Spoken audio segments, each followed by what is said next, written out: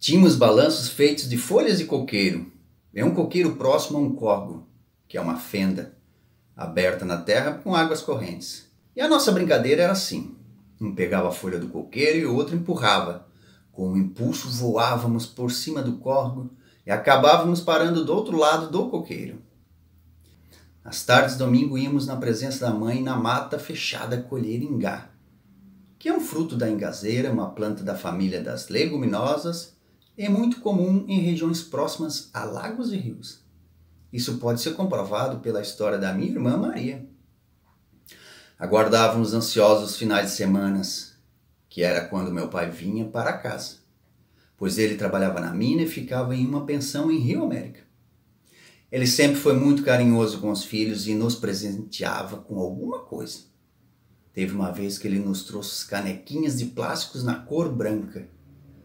O mundo isolado e só nosso. Meu pai, nosso protetor, tinha os filhos sob seu controle. Às vezes lembro que sentava no colo dele, sentia acolhida, segura e protegida. Fecho os olhos e consigo imaginar nesse aconchego que colo bom. Minha irmã Lourdinha, conhecida por todos por Dinha, nasceu no Costão. Era ao anoitecer, finalzinho de tarde. Minha mãe mandou que fôssemos brincar na rua. Não entendia nada do que estava acontecendo. Só sei que foi uma grande festa. Havia muitas crianças, pois nós já éramos bastantes e os primos que moravam ali por perto também vieram. Até fogo em folhas secas de coqueiro colocamos. Opa, eu não, mas meus irmãos maiores. Gritos de brincadeiras ficaram registrados na memória.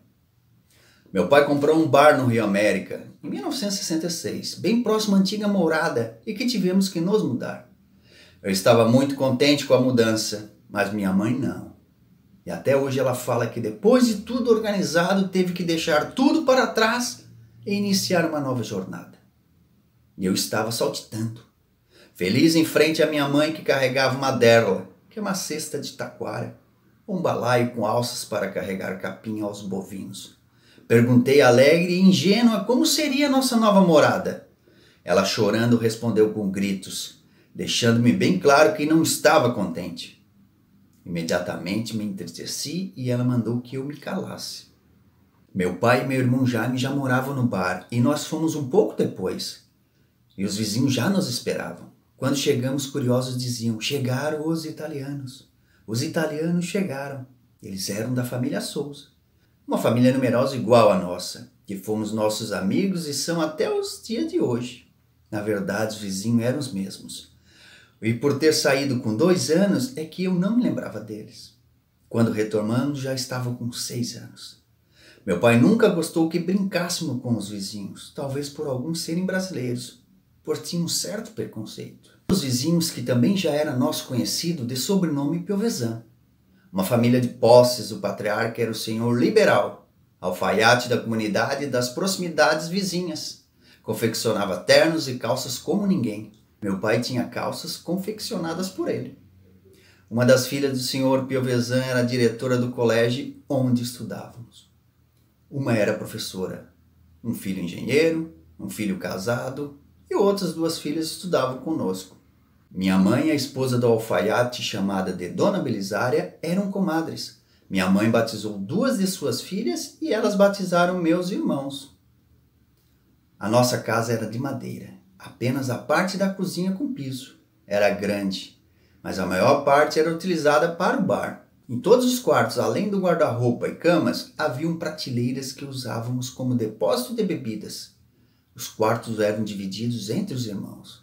Eu dormia com a minha irmã mais velha, Maria, em um quarto menor.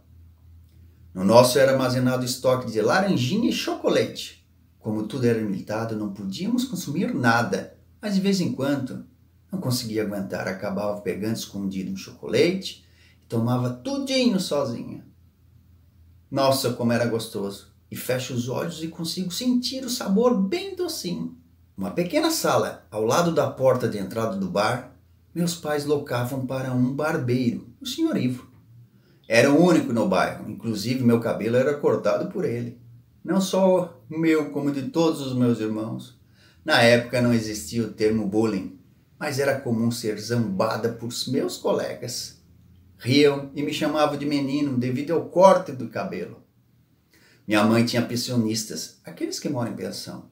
Como na época não havia chuveiro elétrico em nossas casas, para que os pensionistas tomassem seus banhos, minha mãe usava uma caldeira para esquentar a água.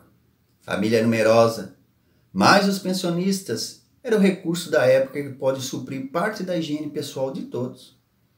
Essa caldeira ficava no quintal da casa. Certo dia, por descuido, eu caí e bati com a boca na caldeira. Cortei meus lábios e quebrei 2 dentes. Um dente minha mãe ajeitou e ele permaneceu e o outro caiu. E até hoje tenho a cicatriz em meus lábios. Meu pai nunca gostou que saíssemos para brincar na rua. Ele gostava mesmo que ficássemos dentro de casa. Mas essa tarefa não era fácil, pois com tantos filhos e tantas crianças por perto, às vezes se tornava impossível.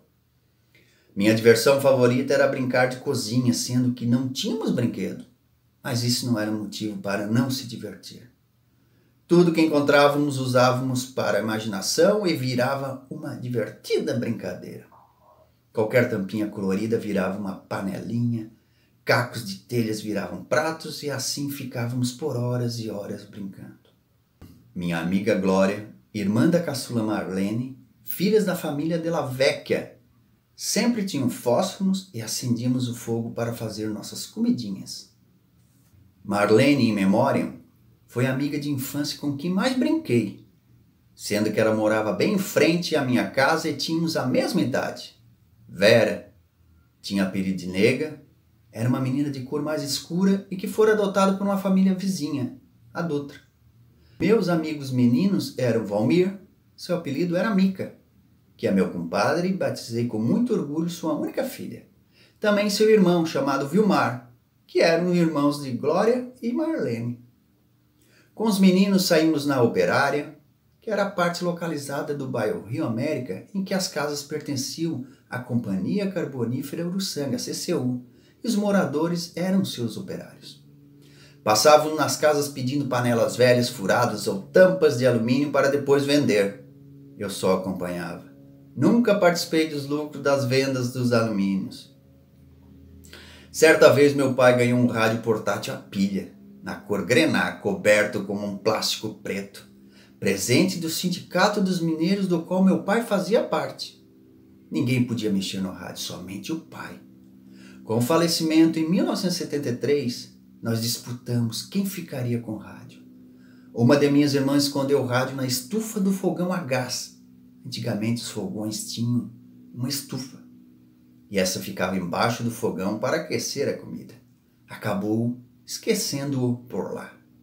Um belo dia ela escutou a música Chacrilongo, sucesso do ano de 1974, e saiu correndo para sintonizar no rádio. Mas quando lembrou onde o havia deixado, abriu a estufa e pegou o velho rádio derretido e todo contorcido. Em resumo, o rádio que era sumido e que todos o desejavam, agora estava em destroços. E ela, Terezinha, só contou a história anos mais tarde.